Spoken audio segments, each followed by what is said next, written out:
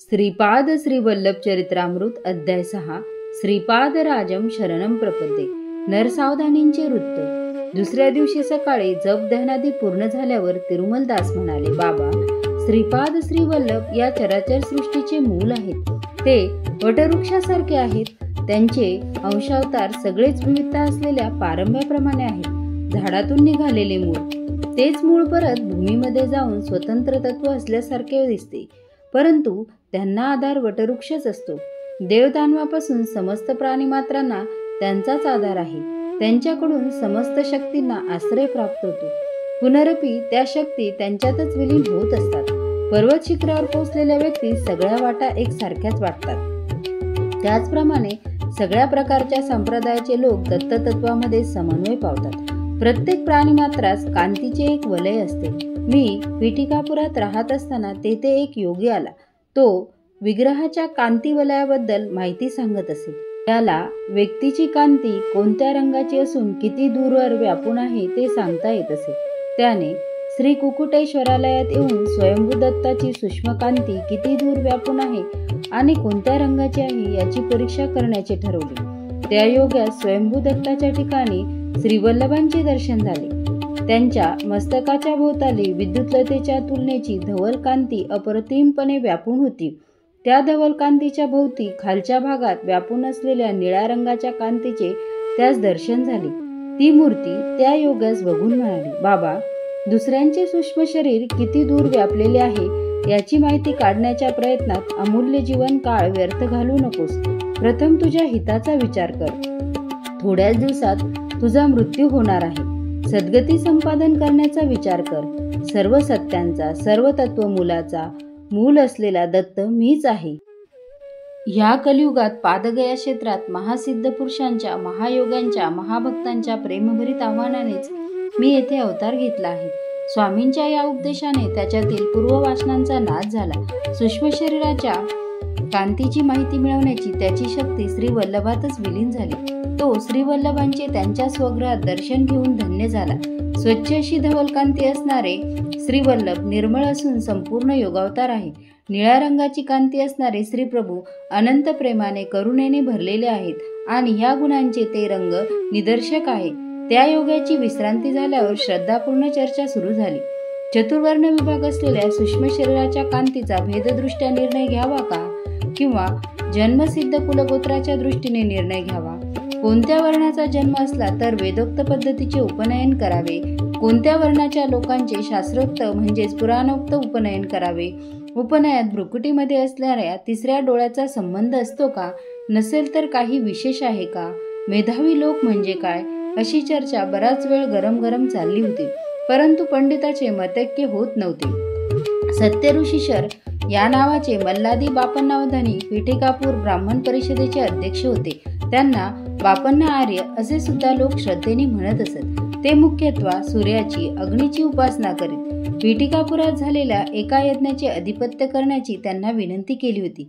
यज्ञाच्या शेवटी कुंभवृष्टी झाली, अर्थात वर्षा झाली। सकल जनसमुदाय आनंदला। श्रीच्छ वाई नरसिंह वर्मा या नावाच्या क्षत्रिय गृहस्थांनी श्री सत्यऋषीश्वरांना त्यांच्या गावात राहावे अशी विनंती केली, परंतु यज्ञयागात मिळालेले धन शिदा तेवढेच श्री बापन्ना आर्य घेत असत। त्या द्रव्यात शुद्धी नसेल तर ते स्वीकार करीत नसत। श्रीवर्मांच्या विनंतीस त्यांनी नकार दिला। श्रीवर्मांची अत्यंत प्रिय असलेली कपिला गाय होती। तिचे नाव गायत्री असे होते। ती भरपूर दूध देत असत। ती अत्यंत सुशील आणि साधू स्वभावाची होती। एकदा गायत्री दिसेनाशी झाली, कुठेतरी हरवली, रस्ता विसरली असे वर्तमान श्री वर्मांना कळाले। श्री बापन्ना आर्य ज्योतिषशास्त्राचे पंडित असल्याने वर्माने त्यांना गायत्रीच्या क्षेमकुशला संबंधी प्रश्न केला। तेव्हा श्यामलांबापुरम सारमलकोटा मध्ये खान साहेब नावाचा कसाई आहे, त्याच्याकडे ती आहे। लगेच न गेल्यास तिचा वध होण्याची भीती आहे। बापन्ना आर्य म्हणाले। वर्माने श्यामलंबापुरास मनुष्यास पाठवण्याच्या प्रयत्नात बापन्ना आर्यांना एक अट घातली। बापन्ना आर्यांच्या वचनानुसार गायत्री मिळाली तर वर्मांनी 3 एकर भूमी, निवासास योग्य असे घर बापन्ना आर्यांना त्यांच्या पांडित्याचा बहुमान म्हणून द्यावे। बापन्ना आर्यांनी त्याचा अंगीकार न केल्यास गोहत्येचे पातक प्राप्त होईल। बापन्ना आर्य संकट स्थितीत पडले। त्यांनी हे दान जर नाही घेतले तर वर्मा त्या गायीची हत्या होऊ देतील। त्यामुळे गोहत्येचे पातक लागेल. गोहत्या पातकापेक्षा पंडित बहुमानाचा स्वीकार करणे श्रेयस्कर ठरेल आणि गायत्रीची रक्षा झाली. पिटिकापूरवासियांचे नसीब उघडले. श्री बापनावधानी 3 खंडी धान्य देणाऱ्या भूमीचे मालक झाले. त्यांना निवासासाठी घराची व्यवस्था झाली. श्री बापना आर्यांनी व्यंकटावधानी नावाचा मुलगा व सुमती नावाची मुलगी झाली. तिच्या जन्मपत्रिकेत सर्व शुभ लक्षण असून ती चालते वेळी महाराणीच लाजवील अशी चाल आणि लचक असल्या कारणाने सुमती महाराणी असे तिचे नामकरण झाले. श्री बापन्ना आर्यांची कीर्ती थोड्याच काळात 10 दिशांना पसरली. घंटीकोंडा आडनावाचा अप्पललक्ष्मी नरसिंह शर्मा नावाचा भारद्वाज गोत्री अपस्तंभ वैदिक शाखेचा एक बालक पेटिकापुरात आला. त्यांच्या घरी कालाग्निशमन नावाने ओळखली जाणारी दत्ताची मूर्ती होती. ती दत्तमूर्ती पूजेच्या वेळी स्पष्ट बोलत असे, आदेश सुद्धा देत असे. लहानपणीच अप्पलराजू शर्माचे मातृपितृ छत्र हरवले असल्याने तो पोरका झाला होता. पूजासमयी कालाग्निशमनाने तू पिटिकापुरात जाऊन हरितस गोत्रिक अपस्तंभ सूत्राच्या वैदिक शाखाचे मल्हादी बापनावधानी यांच्याकडे विद्याभ्यास करावा असा आदेश दिला. श्री बापन्ना आर्यांनी दत्ताच्या आदेशानुसार आपल्या घरी विद्यार्थी म्हणून आलेल्या राजशर्मास माधुकरी न मागू देता आपल्याच घरात भोजनाची व्यवस्था केली. श्री बापन्ना आर्य शनी प्रदोष समयास शिव आराधना करीत असत. घरातील स्त्रिया शनी प्रदोष दिवशी शिवाचे व्रत करीत असत. पूर्वीच्या काळी नंद यशोदेने शनी प्रदोष शिवाराधना केल्यामुळेच साक्षात श्रीकृष्णाचे लालन पालन करण्याची सुयोग घडून आला. बापन्ना आर्याबरोबर सुदैवाने श्री नरसिंह वर्मा, श्री व्यंकटपय्या श्रेष्ठी आणि थोडे प्रमुख वैश्य लोक सहभागी होते. श्री कुकुटेश्वर स्वामींच्या मुखातून निघालेली वाणी सुमती आणि अप्पलराजूचा विवाह. एकेवेळी शनिप्रदोष शिवाराधना झाल्यानंतर श्री कुकुटेश्वराच्या शिवलिंगामधून विद्युत कांती प्रकाशत होती. त्यावेळी त्यातून वाणी झाली, बाबा बापनार्या, निसंदेहपणे तुझी मुलगी सुमती महाराणीस अप्पलराजू शर्मास देऊन विवाह कर, त्यामुळे लोक कल्याण होईल. हा दत्त प्रभूंचा निर्णय आहे. या महानिर्णयाचे उल्लंघन करण्याचा या चराचर सृष्टीमध्ये कुठल्याही व्यक्तीस अधिकार नाही. ही देववाणी व्यंकटपय्या श्रेष्ठीला, नरसिंह वर्माला, तेथे असणाऱ्या सर्व जनसमुदायास ऐकण्यात आली. सगळे आश्चर्यचकित झाले. गोदावरी मंडळांतर्गत ऐनविल्ली या गावातील राजवर्माचे बंधू मित्र परिवारास वर्तमान पाठवले. विवाहाचा निर्णय झाला. राजशर्माला घरदार नव्हते, त्यामुळे थोडा विचार चालला होता. श्री व्यंकटपय्या श्रेष्ठी म्हणाले, मला पुष्कळ घरे आहेत, त्यापैकी एखादे मी राजशर्मास देईल. राजशर्मा दान घेण्यास तयार नव्हते. श्री श्रेष्ठींनी राजशर्माच्या सोयऱ्याबरोबर बोलून राजशर्माला मिळणाऱ्या वडिलोपार्जित गृहभागाची किंमत लावली. ती 1 वराह जुन्या काळातील नाणे ठरवली गेली. श्री श्रेष्ठींच्या घराची किंमत 12 वराह निश्चित केली. 12 वराह देण्यास माझ्याकडे 1 पै पण नाही असे राजशर्मा म्हणाले. तसे असेल तर मी माझ्या घराची किंमत 1 वराह मात्रच ठरवून विकतो. दान घेण्यास तुम्हाला संकोच असेल तर 1 वराह मला देऊन हे घर विकत घ्या असे श्रेष्ठी म्हणाले. श्रेष्ठींनी जे सांगितले ते धर्मसम्मत आहे असा सगळ्यांनी होकार दिला. श्री सुमती महाराणी आणि श्री अप्पललक्ष्मी नरसिंह शर्मा यांचा विवाह महापंडिताच्या वेदघोषाने मंगलवाद्यांच्या गजरात मोठ्या थाटामाटात पार पडला. श्रीपाद श्रीवल्लभांचा अवतार अज्ञानाच्या अंधकाराला दूर करण्यासच झाला आहे.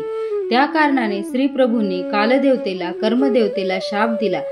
त्या शापास अनुसरून अज्ञान अंधकाराचे प्रतीक स्वरूप जन्मांध शिशु आणि अप्राकृतिक प्रगतीचे स्वरूप दर्शविणारे लंगडे बालक अशी 2 बालके राजशर्मास प्राप्त झाली.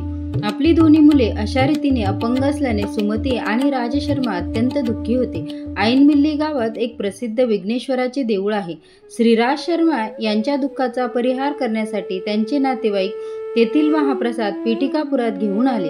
सुमती आणि राजशर्मांनी तो प्रसाद आदराने घेतला. त्या दिवशीच रात्री सुमती महाराणीला स्वप्नात ऐरावताचे दर्शन झाले.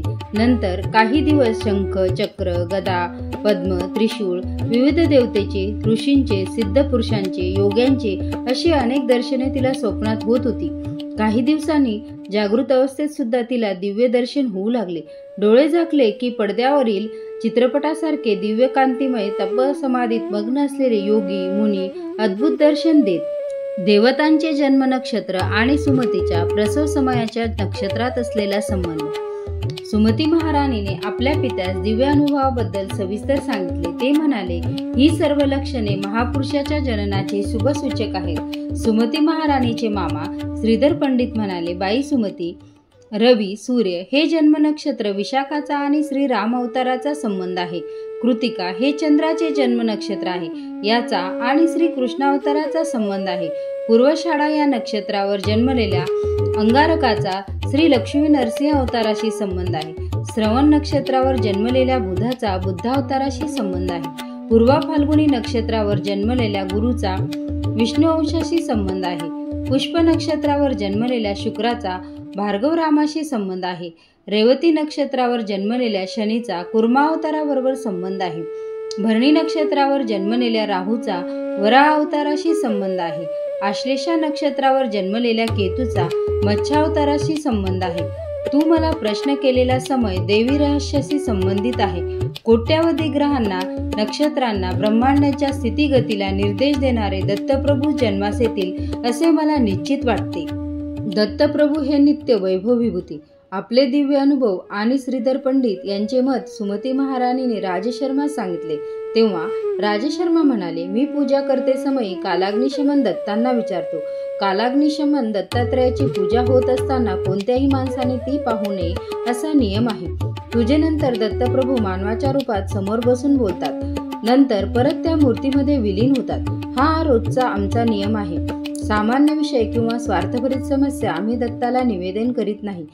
त्या दिवशी पूजेसमयी दत्त महाराज प्रसन्न होते. पूजेनंतर ते मानवी रूपात समोर बसले आणि श्रीधरा या असे बोलविले. दत्तमूर्तीमधून एक रूप बाहेर पडले आणि त्यांच्या समोर ध्यानस्थ बसले. परत आपल्या बोटाने संकेत करीत श्रीधरा या असे म्हणाले. तत्काळ ते रूप त्यांच्यातच विलीन झाले. राजशर्माला हे सगळेच आश्चर्यजनक होते. श्री दत्तप्रभू म्हणाले, तू आता पाहिलेले रूप येणाऱ्या शताब्दीतील येणारा एकुलता एक अंशावतार आहे. माझ्यात लीन झालेल्या जीवनमुक्तांना सुद्धा मी बोलवताच यावे लागते आणि जा अशी आज्ञा झाल्यास पडद्याआड झाल्यासारखे जावे लागते. माझ्या आज्ञेचे पालन करणे त्यांना चुकतच नाही. माझ्या लीला विभूती केवळ भूमीवरच परिमित नाहीत. हे ब्रह्मांड सारेच माझ्या हातातील खेळण्याच्या चेंडूसारखे आहे. मी एका पायाने लताप्रहार केल्यास कोट्यावधी योजने पार करतो. मी जन्मवृत्तीच्या हातीत आहे असे म्हणत श्री प्रभूंनी राजशर्माच्या भूमध्यात स्पर्श केला. लगेच राजशर्माला पूर्वजन्माची स्मृती झाली. त्याने एका युगात विष्णुदत्त या नावाने जन्म घेतला असून त्याची पत्नी सुमई सोमदेवम्मा नावाने जन्म घेतला होता असे ज्ञात झाले. श्री दत्त महाराज पुढे म्हणाले, मी दत्त या रूपाने दर्शन देऊन तुमची काय इच्छा आहे असे विचारले होते. त्यावेळी पितृश्राद्धाच्या दिवशी जेवायला यावे अशी विनंती तुम्ही केली होती. सूर्याग्नीबरोबर मी श्राद्धाचे जेवण केले. तुमच्या पितृदेवतांना शाश्वत ब्रह्मालोकाची प्राप्ती करून दिली. मी श्रीपाद श्रीवल्लभ या नावाने अवतार घेऊन गेल्या 100 वर्षापासून या भूमीवर योग्यांना, महापुरुषांना दर्शन देत आहे. पिटिकापुरात सवितृकाटक चयन होम भारद्वाज महर्षीने त्रेतायुगात केला होता. तेव्हाच त्या होमाचे भस्म पर्वतासारखे जमून बसले. कालांतराने ते भस्म द्रोणगिरी पर्वतावर शिंपडले गेले. मारुती द्रोणगिरी पर्वत घेऊन जात असताना एक छोटा भाग गंधर्वपुरात गाणगापूरमध्ये पडला. गंधर्वपूर भीमा अमर पवित्र नद्यांचा संगम प्रदेश आहे. श्रीपाद श्रीवल्लभांच्या अवतार समाप्तीनंतर मी मीनंश मीन लग्नावर करंज नगरीत शुक्ल यजुर्वेदीय वाजस्नेय माध्य 3 शाखेत नृसिंह सरस्वती या नावाने जन्म घेऊन गंधर्व नगरात अनेक लीला करीन. श्रीशैलातील कर्दळीवनात 300 वर्ष तपोसमाधीनंतर स्वामी समर्थ या नावाने प्रज्ञापुरास निवास करीन. जेव्हा शनी मीनेत प्रवेश करेल तेव्हा त्या शरीराचा त्याग करीन. दत्तप्रभूंचे हे वरील वक्तव्य राजशर्माने आपल्या धर्मपत्नी सांगितले. त्यावेळी सत्य ऋषीश्वर बापनाऱ्या म्हणाले, बाबा राजशर्मा, तुझ्या पूर्वीच्या युगातील जन्मात श्री दत्तप्रभूंना, सूर्याला, अग्नीला श्राद्ध भोजन दिलेला तू पुण्यात्मा आहेस. ह्या जन्मात कोणत्याही रूपात दत्त महाराज भोजन द्या असे विचारले. तो दिवस पितृश्राद्धाचा असला तरी कसलाही विचार न करता ब्राह्मण जेवायच्या अगोदर श्री दत्ताने भोजन विचारले तर जरूर वाढावे. बाई सुमती, ही गोष्ट लक्षात ठेव. बाबा शंकर भटा, दत्तप्रभूंच्या लीला अलौकिक आहेत. आतापर्यंत कधीही न ऐकलेल्या आणि अपूर्व आहेत. महालया अमावस्येचा दिवस होता. राजशर्मा पितृश्राद्धाच्या तयारीत होते. दारासमोर भवती भिक्षाम देही असा आवाज ऐकला आणि त्या अवधूताला सुमती महाराणीने भिक्षा घातली. काही मागणे माग असे म्हणणाऱ्या अवधूताला सुमती म्हणाले, बाबा, आपण अवधूत आहात. आपले वाक्य म्हणजे सिद्ध वाक्यच आहे. श्रीपाद श्रीवल्लभांचा अवतार लवकरच या भूमीवर होईल असे विद्वान लोक सांगतात. दत्तप्रभू आता कोणत्या रूपात संचार करीत आहेत? या 100 वर्षापूर्वीपासूनच ह्या भूमीवर श्री दत्तप्रभू श्रीपाद श्रीवल्लभ या रूपात फिरत आहेत असे ज्ञात होत आहे. आपण मला काहीतरी माग असे म्हटले. मला श्रीपाद श्रीवल्लभांचे रूप पाहण्याची फार तीव्र इच्छा आहे. श्रीपाद श्रीवल्लभांचा आविर्भाव प्राकट्य हे शब्द ऐकून त्या अवधूताने भुवने दणाणून जाण्यासारखे भूकंप आल्यासारखे विकट हास्य केले. सुमती महाराणीला तिच्या सभोवतालचे समस्त विश्व एका क्षणातच अदृश्य झाल्यासारखे वाटले. समोर 16 वर्ष वय असलेला सुंदर बालक यतीच्या रूपात प्रकट झाला आणि म्हणाला, आई, मी श्रीपाद श्रीवल्लभ आहे, मीच दत्त आहे. अवधूतांच्या रूपात असताना श्रीवल्लभांचे रूप पाहण्याची इच्छा व्यक्त केलीस. ती इच्छा पूर्ण करण्यास तुला श्रीवल्लभांच्या रूपात दर्शन दिले. श्रीवल्लभांच्या रूपात असलेला मला कोणतेही मागणे मागू शकतेस. तू मला जेवू घालून तृप्त केलेस. जे मागशील ते वरदान द्यावे अशी इच्छा आहे. या जगातील लोकांनी संकल्प रूपाने पापकर्म केल्यास पापाचे फळच प्राप्त होते. संकल्पाने पुण्यकर्म केल्यास पुण्यकर्माचे फळ प्राप्त होते.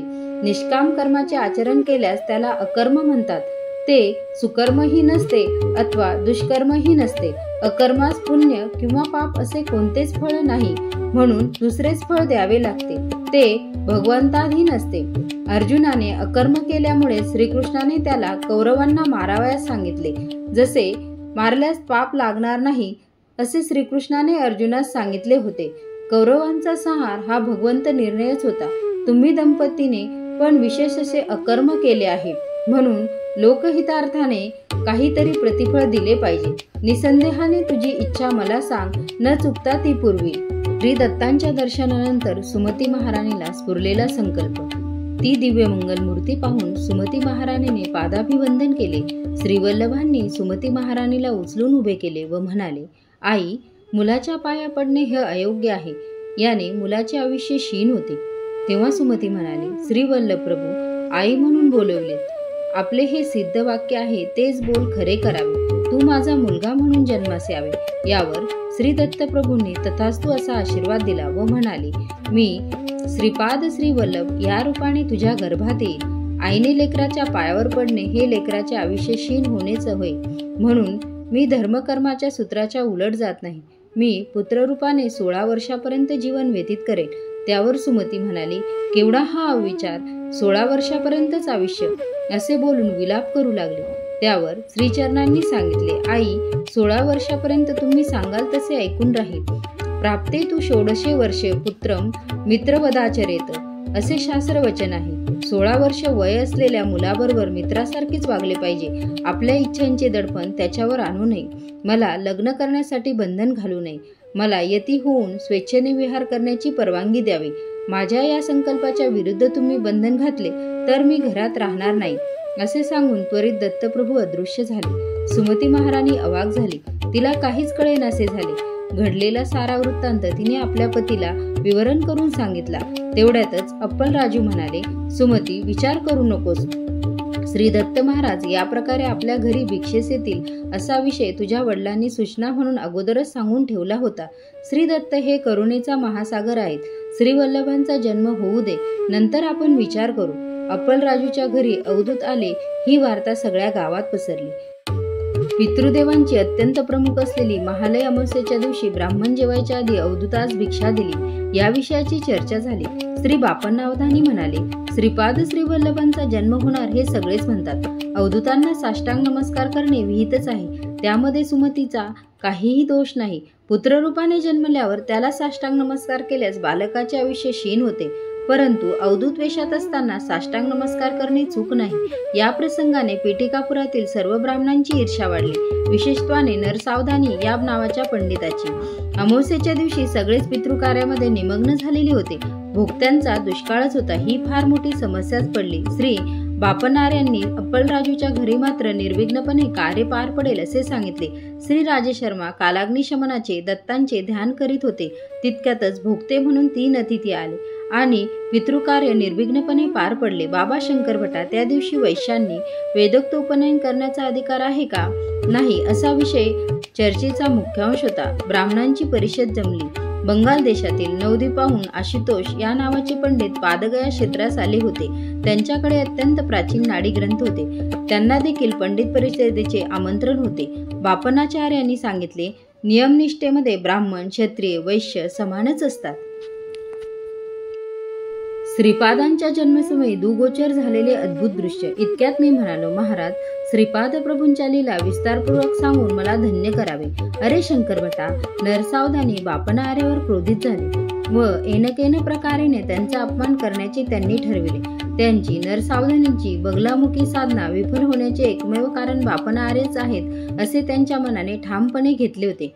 तांत्रिक प्रयोगाने बापना आर्याने त्यांची मंत्रसिद्धी निष्प्रभ केली असा कुप्रचार करण्यास त्यांनी सुरुवात केली. नाडी ग्रंथात श्रीपाद प्रभूंच्या अवताराविषयी जे विवरण होते ते त्यांना विचलित करीत होते. नाडी ग्रंथ हा मूलतः अविश्वसनीय आहे. बापना आर्यांनी मत्स्याहारी ब्राह्मणास भोजन दिले हा अनाचार घडला असा नरसावधानी यांनी वाद मांडला. मनुष्य पूर्ण ब्रह्माचा अवतार कदापि होऊ शकत नाही, तर ताने बाळ श्रीपाद श्रीवल्लभ सर्वांतर्यामी, सर्वज्ञ, सर्वशक्तिमान असे श्री दत्त प्रभूंचे कसे बरे अवतार होऊ शकतील? श्रीपाद प्रभूंनी अगदी लहान असताना केलेला प्रणोच्चार, पाळण्यात असताना केलेला शास्त्रप्रसंग आणि वयास न शोभणारे प्रज्ञेचे प्रदर्शन नरसावधानींना पटले नाही. एखादा विद्वान ब्राह्मण श्रीपादांच्या शरीरात प्रवेश करून असे बोलतो आहे असा त्यांनी प्रचार केला. श्री कुकुटेश्वराच्या मंदिरात असलेले स्वयंभू तेच खरे दत्तात्रय आहेत, तेच वर प्रदान करणारे आहेत. या बालकास दत्त स्वरूप मानणे चुकीचे आहे असा नरसावधानी यांनी सर्वांचा समज करून देण्याचा प्रयत्न केला. श्रीपादांच्या जन्मानंतर सतत 9 दिवसापर्यंत ज्या जागेवर त्यांना निजवत असत त्या जागी एक 3 फण्याचा नाग आपला फणा उभारून बाळावर छाया करीत असे. श्रीपाद मातेच्या गर्भातून साधारण बालकाप्रमाणे जन्मास न येता ज्योती स्वरूपाने अवतरले होते. जन्म होता क्षणीच महाराणी सुमती मूर्छित झाल्या. प्रसूतिगृहातून मंगलवाद्यांचा ध्वनी बाहेर येऊ लागला. थोड्या वेळात आकाशवाणी झाली व सर्वांना बाहेर जाण्याचा आदेश झाला. श्रीपादांच्या सानिध्यात 4 वेद, 18 पुराणे आणि महापुरुष ज्योतिरूपाने प्रकट झाले व पवित्र वेदमंत्राचा घोष बाहेर सर्वांना ऐकू येऊ लागला. थोड्या वेळाने सर्वत्र शांतता पसरली. या अद्भुत घटना बापनाऱ्यांना सुद्धा अगम्य व आश्चर्यकारक वाटल्या. श्रीपादांच्या बाललीला. श्रीपाद आता 1 वर्षाचे झाले होते. ते 8-10 महिन्याचे असताना त्यांचे आजोबा बापना आर्याबरोबर पंडित परिषदेत जात असत. आजोबा आपल्या नातवाला बरोबर घेऊन जात. नरसावधानी आपल्या घरी राजगिऱ्याचे पीक काढीत. राजगिऱ्याची भाजी अत्यंत रुचकर असते. गावातील लोक नरसावधानींना ती भाजी देण्याची विनंती करीत, परंतु ते ती भाजी कोणालाच देत नसत. कोणाकडून काही विशेष काम करून घ्यायचे असल्यास त्याला ते ती भाजी देत व इच्छित काम करून घेत. श्रीपादांनी एकदा आपल्या आईस राजगिऱ्याची भाजी करण्यास सांगितली. ती भाजी सुद्धा नरसावधानींच्या घरचीच त्यांना हवी होती, परंतु हे काम कठीण होते. श्रीपाद लहान असताना स्वेच्छेने चालत नरसावधानींच्या घरी जात असत. त्यांच्या घरी शास्त्रविषयी चर्चा करीत, तसेच चित्रविचित्र लीला करीत. पिटिकापुरात एका महापंडिताचा मृत्यू झाला होता. त्या पंडिताचा प्रेतात्मा श्रीपादाकडून विचित्र कार्य करून घेत आहे. या बालकास योग्य ते उपचार न करता बापनाचार्य व राजशर्मा हे दोघे या बालकास दत्तावतारी समजत आहेत असे नरसावधानी सर्वांना सांगत. पिटिकापूर हे पादगया क्षेत्र असून पितृदेवतांचे प्रधान स्थान आहे. विगत आत्म्याशी संपर्क साधून संभाषण करण्याचे सामर्थ्य असलेले तत्ववेत्ते येथे राहत असत. श्रीपादांच्या शरीरात कोणत्या तरी महापंडिताचा आत्माच वास करीत आहे आणि त्यांच्याकडून अगम्य अशा लीला करून घेत आहे अशी धारणा पिटिकापुरममध्ये दृढ होत होती.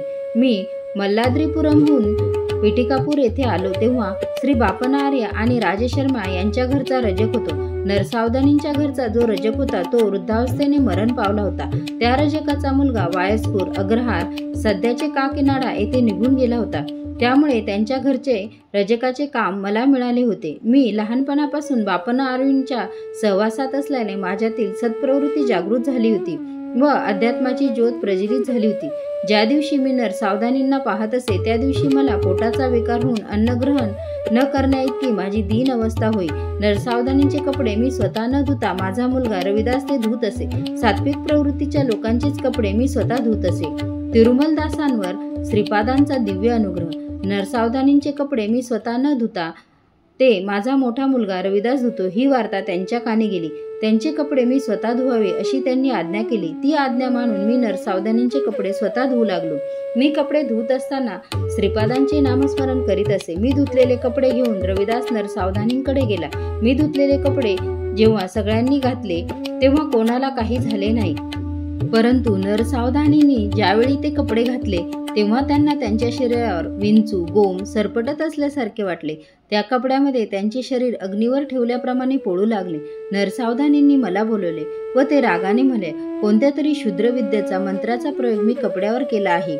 त्या अपराधाबद्दल त्यांनी माझी न्यायाधीशाकडे तक्रार केली, परंतु चतुर न्यायाधीशांनी मला निर्दोष जाहीर करून सोडून दिले. मी आनंदात घरी आलो. थोड्याच वेळात श्रीपाद प्रभू एका 16 वर्षाच्या युवकाच्या रूपात आमच्या घरी आले. श्रीपाद प्रभू वाटेल त्या रूपात येऊन भक्तांना दर्शन देत असे. मी आश्चर्याने म्हणालो, महाराज, आपण उत्तम अशा ब्राह्मण कुलामध्ये जन्मलेले आहात, तेव्हा आमच्यासारख्या रजकाच्या वस्तीत येणे काही योग्य नाही.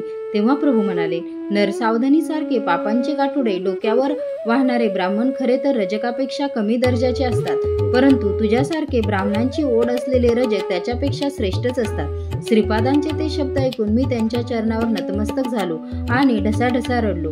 श्रीप्रभूंनी माझ्याकडे अमृतदृष्टीने पाहिले व आपल्या दिव्य हाताचा स्पर्श करून मला उठविले.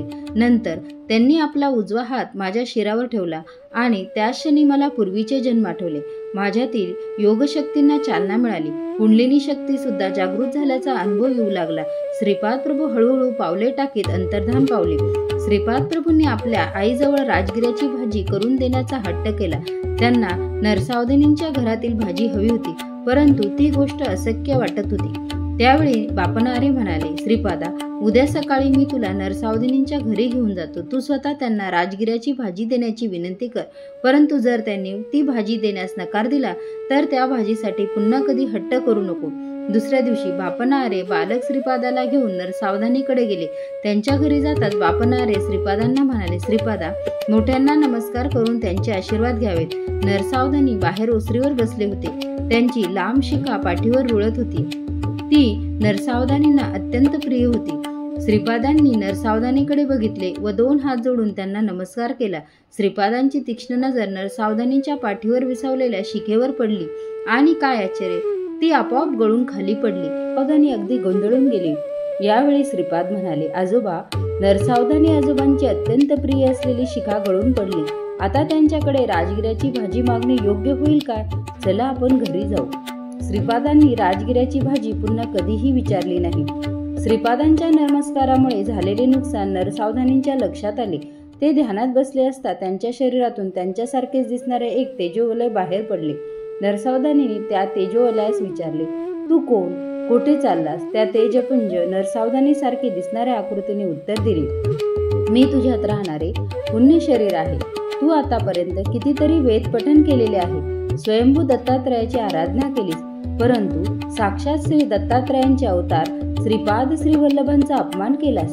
तुला तुझ्या शिखेवर राजगिऱ्याच्या भाजीवर असलेले प्रेम, आसक्तीच्या 1,00,000 प्रेम जरी श्रीपादांच्या विषयी असते तर तुझ्या जन्माचे सार्थक झाले असते, परंतु मोहपाशांनी स्वतःच बांधून घेऊन मोक्षाची एक दिव्य संधी घालवलीस. तू लवकरच दरिद्री होशील.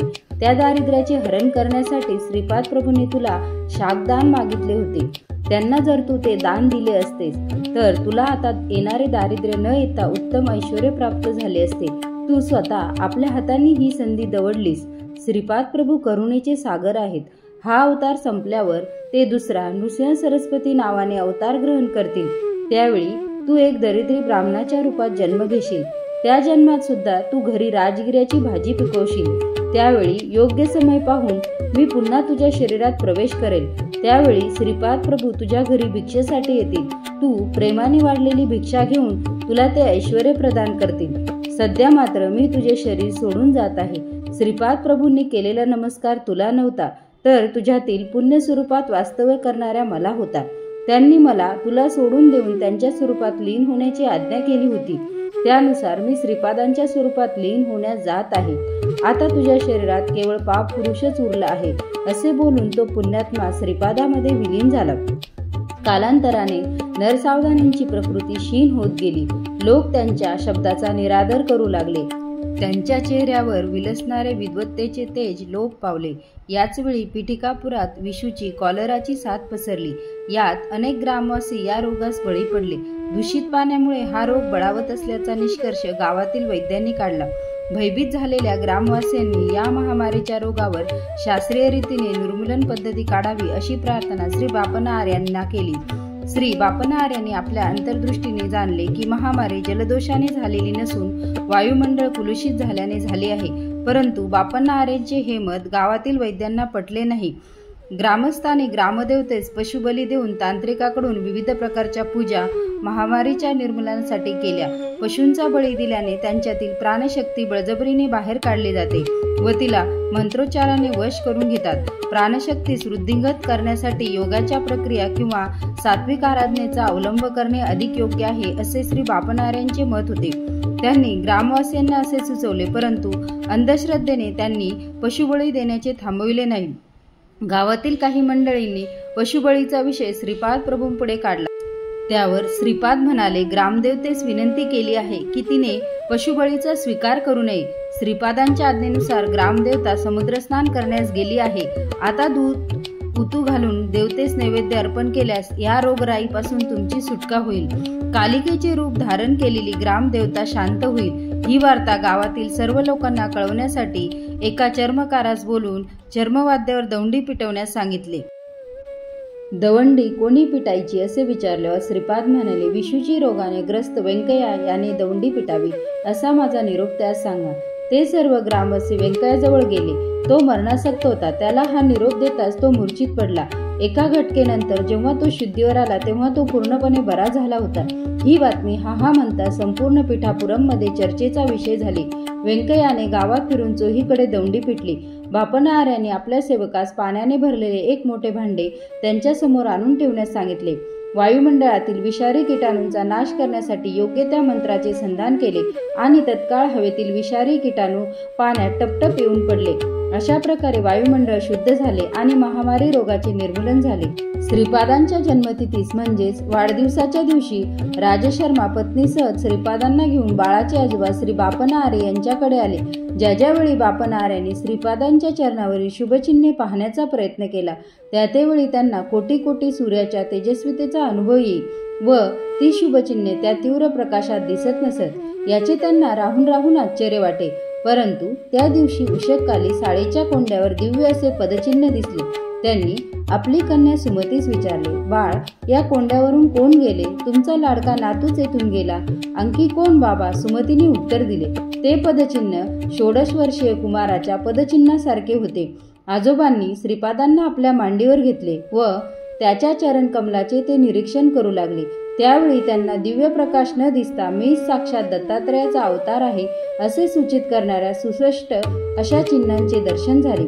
त्या दिव्य चरणांचे बापना आर्यांनी कौतुकाने चुंबन घेतले. हा बालक श्री दत्तात्रयाचा अवतार असल्याचा त्यांचा निर्धार दृढ झाला. त्याच वेळी त्यांच्या मुखातून श्री दत्ताच्या स्तुती परपद आपोआप निघाले. त्या दिव्य चरणाच्या दर्शनाने बापना आर्यांच्या अंगी अष्टभाव सिद्ध झाले. त्यांच्या डोळ्यातून आनंदाश्रू वाहू लागले. ते श्रीपादांच्या गालावर ओघळले आणि मोत्याच्या बिंदूसारखे चमकत होते. आजोबांनी आपल्या उपरण्याने हळुवारपणे श्रीपादांच्या गालावरील ते थेंब पुसले. यावेळी श्रीपाद म्हणाले, आजोबा, तुम्ही सौर्यमंडळातून शक्तिपात करून ती शक्ती श्री शैलेश्री श्री मल्लिकार्जुन शिवलिंगात आकर्षित केली होती. त्याचवेळी सूर्यमंडळातील ती शक्ती गोकर्ण महाबळेश्वरी व पादगया क्षेत्री स्थित असलेल्या स्वयंभू श्री दत्तात्रयाच्या ठाई सुद्धा आकर्षित झाली. गोकर्ण महाबळेश्वर क्षेत्रास अधिक शक्ती संपन्न करण्याचा संकल्प आहे. प्राणीमात्रातून जे अनिष्ट स्पंदन बाहेर पडतात त्या स्पंदनांना माझ्यात लय पाहून ते माझे साधक आश्रित आहे त्यांच्याप्रती शुभस्पंदनाचे प्रसारण व्हावे असा माझा संकल्प आहे. गोकर्ण महाबळेश्वर हे परमेश्वराचे आत्मलिंग आहे. त्याच्या केवळ दर्शनाने मुक्ती साध्य होते. तसेच श्रीशैल्याच्या दर्शनाने सुद्धा मुक्तीचे फळ प्राप्त होते. येथील मल्लिकार्जुनास शक्ती संपन्न करण्याचा संकल्प आहे. तुम्ही सत्य ऋषी आहात. मी यतीच्या रूपात होतो तेव्हा आईने मला नमस्कार केला, त्यामुळे मी अल्पायुषी होणार असे आपले मत होते. परंतु आईने मला श्रीपाद रूपात नमस्कार केला म्हणून मी अल्पायुषी होणार असे म्हणालो. तेव्हा आपल्या दोघांचेही म्हणणे खोटे होऊ नये म्हणून मी केवळ 16 वर्षेपर्यंत तुमच्या घरी राहण्याचे ठरवले आहे. संसार बंधनातून मुक्तीची इच्छा करणाऱ्या मुमुक्षूंना अनुग्रह देण्याचे कार्य पुढे आहे. मी चिरंजीव असावे असा तुमचा संकल्प आहे, तो मी पूर्तीच नाही. श्रीपाद श्री वल्लभ हे स्वरूप गुप्त करेन. नृसिंह सरस्वती हा अवतार घेतला तरी श्रीपाद श्री वल्लभ रूप हेच नित्य सत्य रूप म्हणून राहील. नृसिंह सरस्वतींचे अवतार कार्य पूर्ण करून श्रीशैलास असलेल्या कर्दळी वनात 300 वर्षेपर्यंत तपश्चर्या करून प्रज्ञापूर अक्कलकोट येथे स्वामी समर्थ रूपात प्रकट होईल. तेथील वटवृक्षामध्ये माझी प्राणशक्ती प्रवेश करून मल्लिकार्जुन शिवलिंगात विलीन होईल. बापनाऱ्यांना हे सगळे आश्चर्यकारक व अद्भुत असे वाटले. आजोबांच्या घरी पहिल्या वर्षीचा वाढदिवस अति आनंदात व थाटाने साजरा झाला. पीठिकापुरमला त्या दिवशी आणखी एक आश्चर्य घडले. नरसावधानी, देवळाचे पुजारी आणि अजून काही मंडळी कुकुटेश्वराच्या मंदिरात दर्शनाला गेले असताना त्यांना तेथे स्वयंभू दत्तात्रयाची मूर्ती दिसली नाही. मंदिरातील मूर्ती दिसेनाशी झाल्याची वार्ता गावात दावानलासारखी पसरली. नरसावधानींच्या विरुद्ध असलेला एक तांत्रिक मूर्ती अदृश्य होण्याचे कारण नरसावधानी आहेत असे मोठ्या तावातावाने म्हणू लागला. नरसावधानी शूद्र विद्येचे उपासक आहेत, त्यांनीच मूर्ती अदृश्य केली असा प्रचार गावात करण्यास त्याने सुरुवात केली. पीठापुरमच्या ब्राह्मणांनी नरसावधानींच्या घराची झडती घेण्याचे ठरवले. ते ब्राह्मण श्री बापनारेंना भेटले व झालेला प्रकार सांगितला. तेव्हा बापनारे त्या ब्राह्मणास म्हणाले, सत्य प्रत्ययास येईपर्यंत मौन राहावे, योग्य वेळी या प्रश्नाचे समाधान होईल. नरसावधानींच्या घराची झडती घेऊन संशयस्थळी खोदकाम केल्यावर तेथे मानव कपाल व शूद्र विद्येस उपयोगी पडणाऱ्या काही वस्तू सापडल्या, परंतु श्री दत्तात्रयाची मूर्ती मात्र मिळाली नाही. श्री नरसावधानी मूर्तीच्या चोरीच्या आरोपापासून मुक्त झाले, परंतु ते शूद्र विद्येचे उपासक असल्याचे सिद्ध झाले. दिवसेदिवस त्यांची प्रकृती क्षीण होत होती. त्यांच्याकडे एक वांज गाय होती. तिला बैलाप्रमाणे शेतीच्या कामासाठी वापरीत व वेळेवर दाना पाणी सुद्धा देत नसत. एके दिवशी नरसावधानीच्या विरुद्ध असलेल्या तांत्रिकाने त्या गायीच्या शरीरात शूद्र शक्तीचे आवाहन केले. त्यामुळे त्या गायीने खुंटाचे बंधन तोडून टाकून ती घरात शिरली व घराच्या लोकांना शिंगाने मारू लागली. नरसावधानीने अतिप्रेमाने लावलेला राजगिऱ्याच्या भाजीचा मळा तिने उद्ध्वस्त केला. त्या गायीच्या जवळ जाऊन तिला दोरीने बांधणे कोणासच शक्य झाले नाही. त्याच दिवशी नरसावधानींच्या घरी त्यांच्या आईचे श्राद्ध होते. श्राद्धाचा संपूर्ण स्वयंपाक झाला होता. श्राद्धाच्या ब्राह्मणाचे भोजन झाले होते. घरच्या मंडळीचे मात्र जेवण अजून बाकी होते. त्या गायीने सारे अन्न व वडे खाऊन टाकले. याच वेळी बालक श्रीपाद प्रभू आपल्या वडिलांना नरसावधानींच्या घरी घेऊन जाण्याचा हट्ट करू लागले. श्रीराज शर्मा त्यांना घेऊन नरसावधानींच्या घरासमोर जाऊन उभे राहिले. तेवढ्यात ती गाय नरसावधानींच्या घरातून बाहेर आली. तिने अंगणात उभे असलेल्या श्रीपादांना 3 प्रदक्षिणा घातल्या व नंतर त्यांच्या चरणी नतमस्तक झाली व त्याच अवस्थेत गतप्राण झाली. या प्रसंगानंतर गावातील लोक अनेक मत व्यक्त करू लागले. गायीने खाल्लेल्या वड्यामध्ये विष होते व ते खाल्ल्याने गाय मरण पावली. आता नरसावधानींना गोहत्येचे पातक लागेल असे नाना लोकापद उठू लागले. यामुळे नरसावधानी त्रस्त झाले होते. त्या गायीने श्रीपादांना 3 प्रदक्षिणा घातल्या व नंतर त्यांच्या चरणावर मस्तक ठेवून प्राण सोडले. त्या कारणाने श्रीपाद हे देवी अवतार असल्याची सर्व लोकांची खात्री झाली. राजशर्मांना आयुर्वेद शास्त्राचे ज्ञान होते. ते नरसावधानींच्या विनंतीनुसार त्यांचा औषधोपचार करीत होते, परंतु त्यांच्या दुर्धर रोगावर औषधाचा काही परिणाम दिसून येत नव्हता. नरसावधानींची प्रकृती खालावतच गेली आणि त्या रोगातच त्यांचा एके दिवशी देहांत झाला. नरसावधानींच्या मृत्यूमुळे गावातील लोक श्री राजशर्मांनी त्यांना उत्तम औषध दिले नाही, त्यामुळे ते आपल्या जीवास मुकले असे बोलू लागले. काही जण म्हणू लागले की श्रीपाद श्री वल्लभ नरसावधानींकडे रोज जात असत. ते जर दत्तावतारी असते तर नरसावधानींचा मृत्यू कसा झाला? अनेकांनी गोहत्येचे पातकच त्यांच्या देहांताचे कारण असल्याचा निर्वाळा दिला. नरसावधानींच्या कुटुंबियाचे सांत्वन करण्यासाठी श्री राजशर्मा व श्रीपाद गेले असताना नरसावधानींच्या पत्नीने त्यांचा हात हातात धरून म्हटले, अरे बाळा श्रीपादा, चिमुटभर सौभाग्याचे वाण घेण्यासाठी मी दूर दूरपर्यंत हळदी कुंकवात जात होते. तू दत्तात्रयच आहेस, तर नरसावधानी आजोबांना जिवंत करणे तुला शक्य नाही का? असे म्हणून ती माऊली रडू लागली. नवनीतासह मृदू हृदय असलेल्या श्रीपाद प्रभूंनी त्या मातेचे अश्रू पुसले. शवयात्रा सुरू झाली. राजशर्मा व श्रीपाद त्या अंतिम यात्रेत सहभागी झाले. नरसावधानींच्या ज्येष्ठ पुत्राने पित्याच्या चितेस अग्नी देण्यासाठी अग्नी हातात घेतला.